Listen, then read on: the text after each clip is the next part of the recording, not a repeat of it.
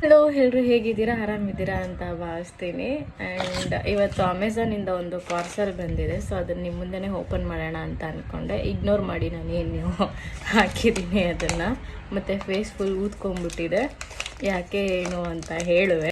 ಇದು ನಿಮಗೆ ತುಂಬ ಯೂಸ್ ಆಗುತ್ತೆ. ಎಕ್ಸ್ಪೆಷಲಿ ಗರ್ಲ್ಸಿಗೆ ಡ್ರೈವ್ ಮಾಡ್ತಿರ್ತಾರೆ ಗೊತ್ತಾ, 2 ವೀಲರು, ಅವ್ರಿಗೆ ತುಂಬ ಯೂಸ್ ಆಗುತ್ತೆ. ಲೈಕ್ ಮಾಸ್ಕ್, ಈ ಥರ ಕವರಿಂಗ್ ಮಾಸ್ಕ್. ಸೀರಿಯಸ್ಲಿ ಕ್ವಾಲಿಟಿ ತುಂಬ ಚೆನ್ನಾಗಿದೆ. ಇದನ್ನು ಹೇಗೆ ಯೂಸ್ ಮಾಡೋದು ಅಂದರೆ ಐ ವಿಲ್ ಶೋ ಯು.